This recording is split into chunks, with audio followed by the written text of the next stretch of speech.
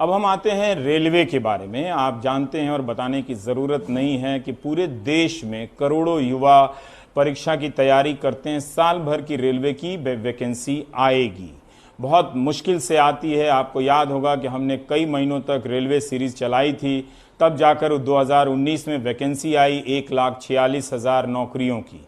आपको बताते हुए ये हर्ष का हश्र हो रहा है, हिंदी में समझिए कि परीक्षा के भी 1 साल से ज़्यादा समय हो गए हैं, वैकेंसी आए हुए 2.5 साल हो गए हैं, मगर loco pilot, assistant loco pilot की बहाली, ज्वाइनिंग की प्रक्रिया अभी तक पूरी नहीं हुई है। रेलवे के लोग कहते हैं कि कोरोना के कारण नहीं देरी हो रही है। कोरोना तो मार्च से शुरू हुआ है भारत में, आधिकारिक रूप से 24 मार्च से। तो नौजवान परेशान हैं। एनटीपीसी एक होता है रेलवे में, नॉन टेक्निकल परीक्षा, उसके भी फॉर्म भरे, परीक्षा गायब हो गई। अब जब उन नौजवानों को ये बताया जा रहा है, और पहली बार, ये बहुत अच्छी बात है रेलवे की तरफ से कि पहली बार रेलवे ने पारदर्शिता दिखाई है और नई भर्तियों पर प्रतिबंध लगा दिया है। और इस साल Indian railway medical services, Indian railway personal services में कोई भर्ती नहीं होगी।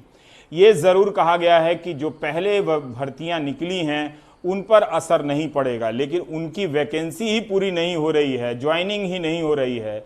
आप रेल मंत्री के ट्विटर हैंडल पर जाके देखिए तो लोको पायलट और असिस्टेंट लोको पायलट, ये zone, Bhopal zone, Gorakhpur zone, Mumbai zone, मार लड़के तमाम उस पर शिकायतें कर रहे हैं, पर कोई सुनने वाला है नहीं। उनकी अब लगता है भी नहीं है कि रेलवे की कोई अब सुनेगा। कारण यह है कि रेलवे की कमाई खराब हो गई है, कम हो गई है, हालत खस्ता हो गई है। वैसी नहीं है जैसे पीयूष गोयल के ट्विटर हैंडल पर रेलवे दिखती है चमकती हुई। वैसी ब्रांडिंग काश रेलवे भीतर से भी होती तो कल्याण हो जाता रेलवे का। ये एक बड़ा सवाल है, क्योंकि रेलवे सरकारी क्षेत्र में सबसे अधिक नौकरी देने वाली संस्था है। अब अगर ये संस्था नौकरियां देने के अवसरों को संकुचित करने लगे तो सोचिए कि इस देश के युवाओं का भविष्य एक ही चीज बचा सकता है, वो है व्हाट्सएप यूनिवर्सिटी में सप्लाई किया जाने वाला मीम और वीडियो। इसकी पूर्ति अगर बढ़ा दी जाए, प्रोपेगेंडा गोदी मीडिया के जरिए बढ़ा दिया जाए, प्रोपेगेंडा की बड़ा ही हम विश्व गुरु टाइप बन रहे हैं, रोजगार की चिंता मत करो, तो भारत के बेरोजगारों को सुकून मिलता है। उन्हीं के लिए आगे की ये सूचना बता रहा हूं कि 68,000 जो रेलवे ने बताया है कि नॉन सेफ्टी कैटेगरी में भर्ती बची हुई है, इसकी समीक्षा की जा रही है। बताइए, अगर ये पोस्ट खत्म कर दिए गए तो इतनी संभावनाएं भारत के नौजवानों की बंद हो जाएंगी। वो ज्यादा समय लगता है व्हाट्सएप मीम में बिताने वाले हैं, 67,000।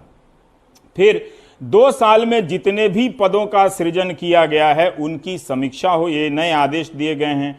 उन पर नई भर्तियां अगर नहीं हुई हैं, अगर 2 साल में पोस्ट क्रिएट हुआ है, बहुत लंबा समय लगता है पोस्ट क्रिएट करने में, अगर भर्ती नहीं हुई है तो उन पोस्ट को अब खत्म कर दिया जाएगा, रोक दिया जाएगा। कर्मचारियों के यात्रा भत्ते और दूसरे भत्ते में 50% तक कटौती होगी। अब इसको लेके मुझी को मेल लिखेंगे जिनमें से ज्यादातर लोग मुझे गाली देते रहते हैं। तो इन सारे लोगों को इसका मतलब है ज्यादा से ज्यादा मीम की सप्लाई किए जाने की, व्हाट्सएप मीम की 50% तक कटौती होगी। यानी रेलवे के कर्मचारियों का भीतर से हाल बुरा है। आउटसोर्सिंग स्टाफ में कटौती की जाएगी। अब देखिए, ज्यादातर अब नौकरियां रेलवे में जो हैं वो आउटसोर्सिंग के जरिए हैं। अगर इनकी कटौती की जाने लगी तो किस मात्रा में रेलवे बेरोजगार पैदा करेगी ये हम कभी नहीं जान पाएंगे, क्योंकि हमारे यहां कितने बेरोजगार हुए ये बताने की आधिकारिक व्यवस्था नहीं है। लेकिन बहुत सारी चीजें भारत में पॉजिटिव हैं, वो जानकर खुश रहने की जरूरत है। यह भी कहा गया है कि किसी फाइल को भेजने के लिए स्टाफ के साथ मत भेजिए, ऑनलाइन भेजिए, ताकि वो भी खर्चा बच जाए और यानी स्टाफ बच जाए, स्टाफ की जरूरत ना हो, उसे चलता किया जा सके। और फर्नीचर, अतिरिक्त गाड़ियां, कंप्यूटर, प्रिंटर की खरीद ना हो। उद्घाटन कार्यक्रम ऑनलाइन करें ताकि खर्चा बचे। मनोरंजन, प्रचार, यात्रा, बैंकों को यात्रा जो है वो सब कम किया जाए, यानी प्रचार वगैरह पर विज्ञापन कम दिया जाए। इसका थोड़ा बुरा असर अखबारों पर ही पड़ जाता है, मीडिया का। टीवी में तो रेलवे का विज्ञापन कम ही आता है, तो अखबार वाले वैसे ही उनकी नौकरियां जा रही हैं पत्रकारों की, तो बहुत बुरा है। लेकिन प्रोपेगेंडा के कई तरह के तस्वीरें रोजाना लॉन्च हो रही हैं, तो आप मानसिक रूप से आप कभी खाली नहीं रहेंगे, आपको एकदम पौष्टिक ऊर्जा दी जाती रहेगी। और ये सुनिए रेलवे ने क्यों और क्या कहा इन कारणों के पीछे। हमारे पास जो वैकेंसी जो है अभी सेफ्टी कैटेगरी में है 1,53,000, और जो नॉन सेफ्टी कैटेगरी में है वो 1,37,000। तो रफली अराउंड 2.9 लाख 90 लाख जो है वैकेंसीज हमारे पास हैं, जिसमें से हमने सेफ्टी कैटेगरी की वैकेंसी जो नोटिफाई की हुई है अभी वो 72,274 ऑलरेडी कर चुके हैं। नॉन सेफ्टी कैटेगरी की हमने की है 68,366। So the total notified vacancies are 1,40,640। तो इसमें से जो अब आप जो नॉन सेफ्टी कैटेगरी वैकेंसीज बची वो उनमें से 68,000 के रफली 68,000 जो है वैकेंसीज नॉन सेफ्टी कैटेगरी में बनती हैं। उनमें से जो आप लोगों के संज्ञान में कहा है कि हम लोगों ने अभी कहा है कि रेलवेज को कि आप अपनी सेफ्टी कैटेगरीज की वैकेंसीज एज इट इज आप भरिए, जो नॉन सेफ्टी कैटेगरीज की वैकेंसी है उनको आप रिव्यू करिए। अब ये बेरोजगार पूछेंगे कि विपक्ष कहाँ है। विपक्ष ट्वीट कर रहा है, वो उठा रहा है, लेकिन यही बेरोजगार विपक्ष को कौन पूछता है। तो बेरोजगारी का एक मुद्दा भारत में राजनीतिक रूप से समाप्त हो गया है। वैसे कई राज्यों में है गंभीरता के साथ, लेकिन राजनीतिक रूप से समाप्त हो गया है। अगर आप कुछ वैचारिक नैरेटिव वाली राजनीति कर रहे हैं, कुछ तस्वीर वीडियो वाली, तो इस तरह के समस्याओं को आप गायब कर सकते हैं। हाल फिलहाल के चुनाव में ये साबित भी हुआ है, खासकर गोदी मीडिया के दौर में। ये बात मैं क्यों कहता हूं, बहुत बुरा भी लगता है कहने में, लेकिन ये सच्चाई है कि ये वो पब्लिक है जो पब्लिक नहीं है। जनता ने ही जनता के होने का अस्तित्व समाप्त कर दिया है। इसीलिए किसी भी प्रश्न का जवाब नहीं आता है, किसी भी आंदोलन पे जवाब नहीं आता। आपने कब सुना कि मंत्रियों ने बुलाकर प्रतिनिधियों से बात की है, ये आंदोलन हुआ है।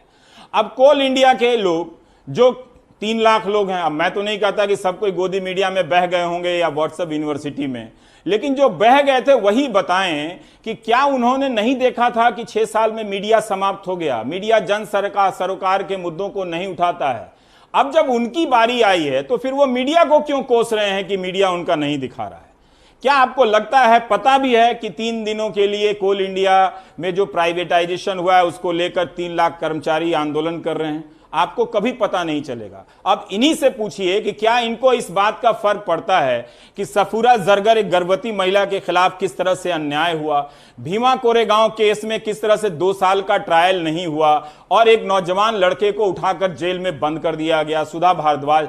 तो क्या इन लोगों को इन संवैधानिक सिस्टम के मसले का कोई फर्क पड़ता है, जो ये शिकायत कर रहे हैं कि मीडिया को कोई फर्क नहीं पड़ता? इसीलिए मैं कहता हूं कि ये पब्लिक है, ये वो पब्लिक है जो पब्लिक ही नहीं है। ये कोरबा छत्तीसगढ़ से आए वीडियो को आप देख लीजिए। मेरी बात वैसे 10 साल बाद समझ में आएगी, अभी नहीं, इसलिए चिंता मत कीजिए, चिल कीजिए।